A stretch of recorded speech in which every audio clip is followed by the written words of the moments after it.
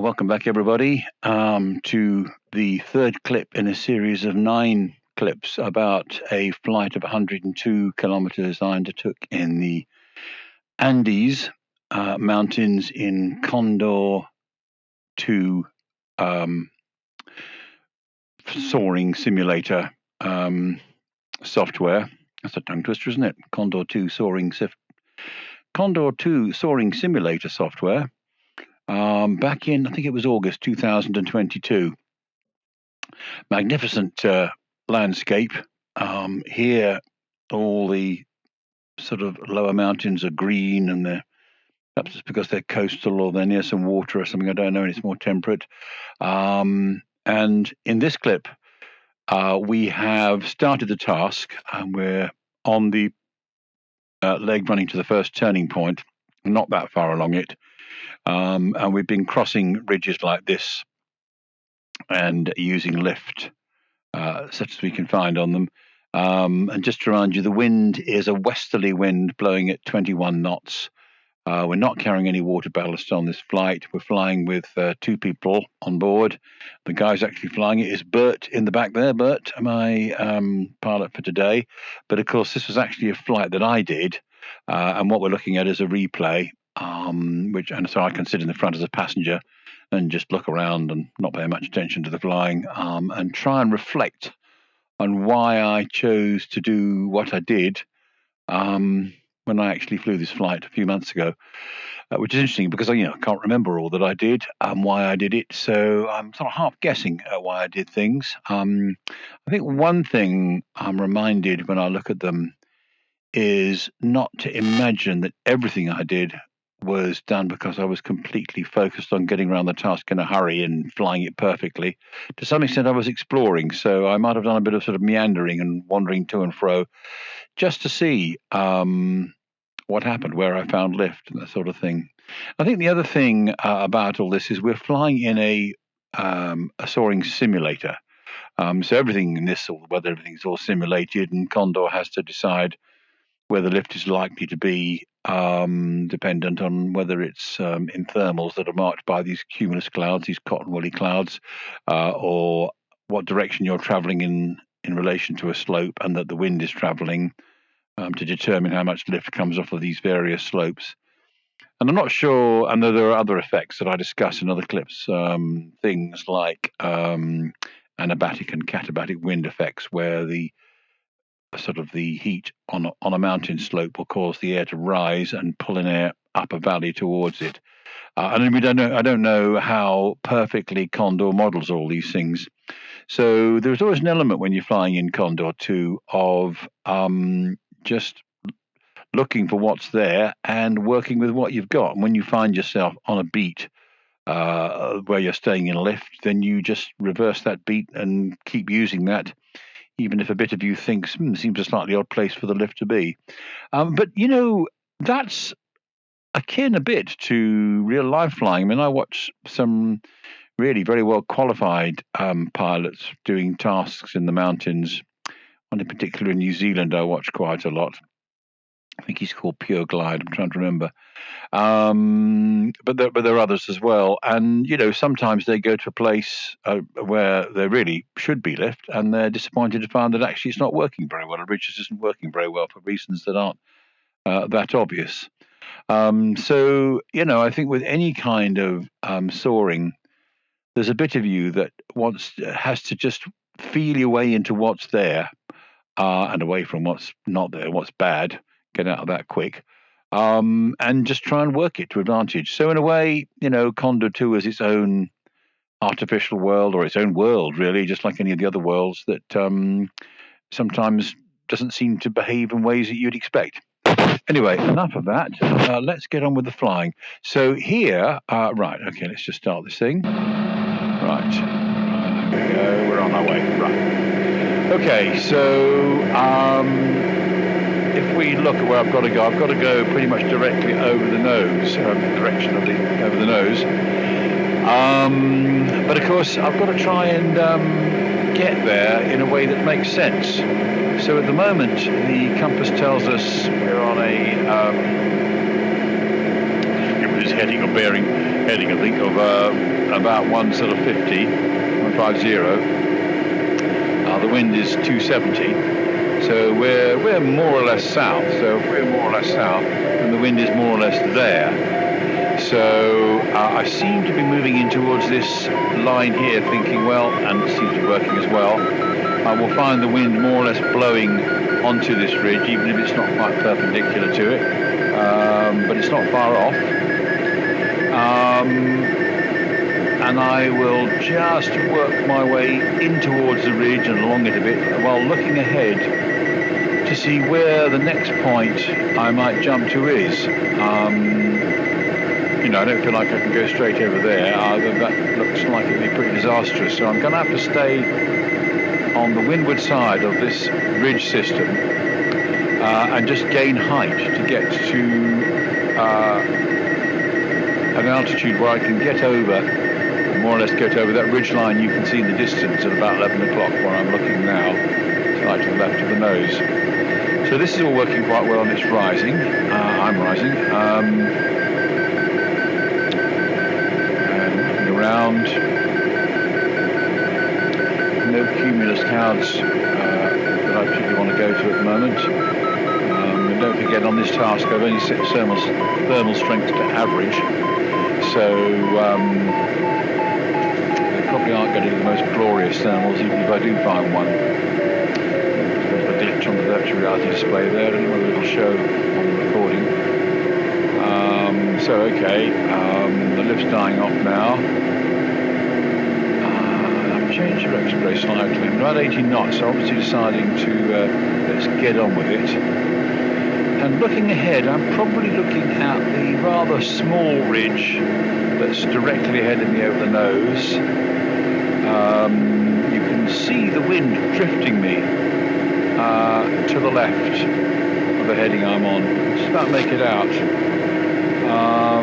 And I'm probably to some extent just allowing it to drift me around. I'm waiting to see what lift comes along. At the moment the air is pretty neutral or slightly down, that's okay. I guess I have a contingency plan. Probably at the end of the day there's a big cleft over there, which would probably give me lift anyway because the wind should be funneling into it. It should at least allow me to flee back to that kind of area where I came from in the first place. So I know where I can retreat to if I have to. But for the moment, I'm okay, and I'm just going to keep proceeding, staying on the windward side of these ridges. For some reason I've decided not to close in on that ridge yet, and I'm not quite sure why that is, because obviously I do need to be getting over there at some point. But it is all about working the ridges to gain height at the moment, not being preoccupied with trying to go directly to that point. I seem to be turning in towards this bit as though I like the look of it. Let's see whether it brings me much.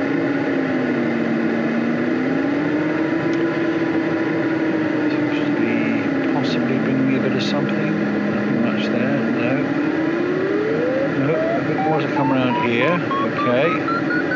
I probably reasoned then that I might as well work it along in this direction and see what happens.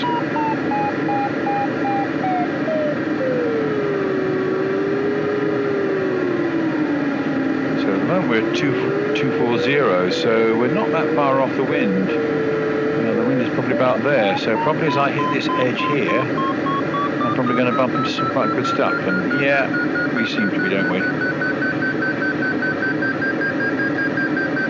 And I've got quite a bunch of cumulus out there as well. Whether that's going to drift my way and augment things, I don't know. So I've obviously decided to do a little bit of a beat along this bit of ridge.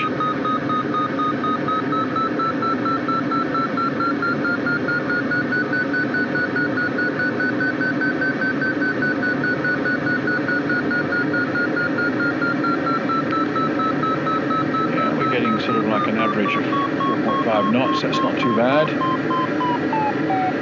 6,000 feet. Coming around another turn, being on again. But by now I'm probably starting to look over at that lot and think, well, you could pretty much just get your skates on and transition over there and see what you make of this. What bit higher, and as I get close to it, the vista beyond that ridge starts to open up. So I can start to guess at where the turning point I've got to go to is, and it's not far off the nose now, so it's that's quite interesting. And as I approach this ridge, it's still going up very gently, so that's all good. And I'm under a cumulus mass, which might be helping a bit. And I'm looking over towards the turning point that I've got to go to, and I can see there's a lot of very good looking mountain slopes over that way, and the ground falls away between them. So heading south now, so the wind's coming in from there, so I'm probably looking at this little bit over here as a little sort of gully that I might find the wind going up a bit, so I'll have a little look at that. Yeah, sure enough it is. So we'll see how far over we can go on that before we lose it. What about this one here? Could I even get this little slope here to just about give me a bit of something as it curves round? Let's have a little look. But yeah, I might find a bit out towards that end of it. And anyway, looking out over there, and it's a pretty easy hop just to fly past all those ridges over towards my turning point. So I think I'm just exploring a bit for the hell of it now. Yeah, there is a bit towards that end, the headland here, where it curves around a bit. A little pause in the VR, which may or may not show in replay. And you know, I think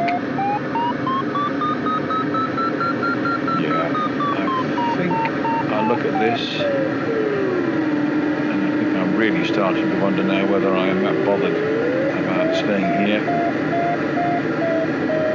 Coming out over there. That's a really nice looking mountain slope with all kinds of interesting folds in it, just by the wingtip there, just by the port wingtip. So I'm obviously decided to leave, head for that.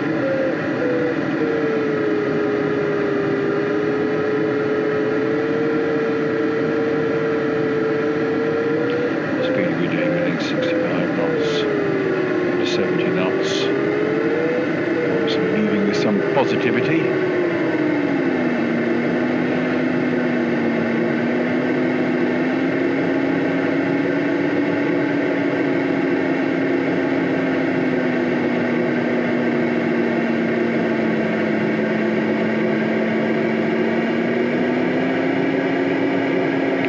So this will be interesting to see what we find here. And I think this clip ends sometime around here. Yeah. Got that right.